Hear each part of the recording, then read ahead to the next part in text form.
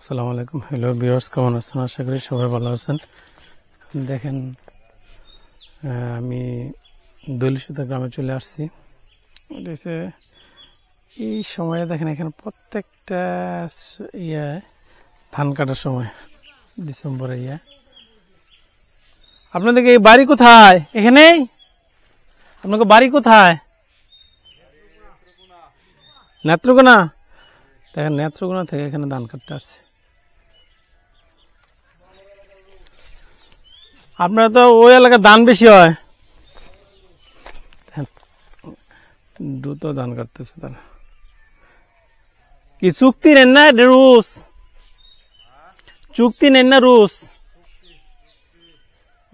পাহি হিসাবে পাহি কত?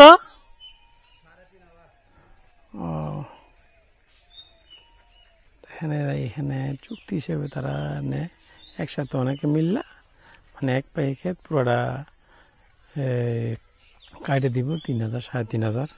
তারা বললো বাড়ি হচ্ছে নেত্রকোনা, অনেক দূরে গেল না। দেখেন কত সুন্দর। কিছুক্ষণ আগে দেখলাম যে কাটতেছে, কিন্তু দ্রুত কাটতে লাগছে।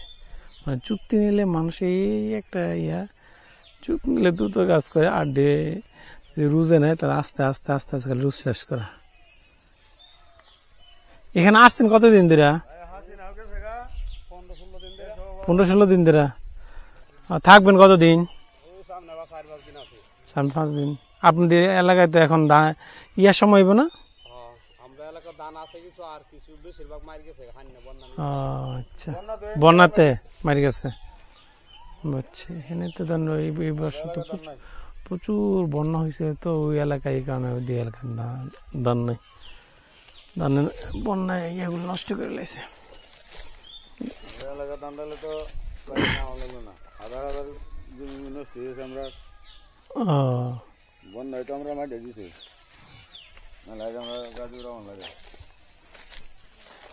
নেত্রকোনা কোন থানা?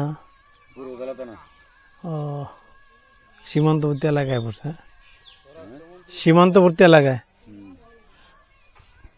আচ্ছা, দেখি ওইদিকে যাবো আপনাদের এলাকায়। ট্রাভেল মোল্লা আইডিয়া লেখো।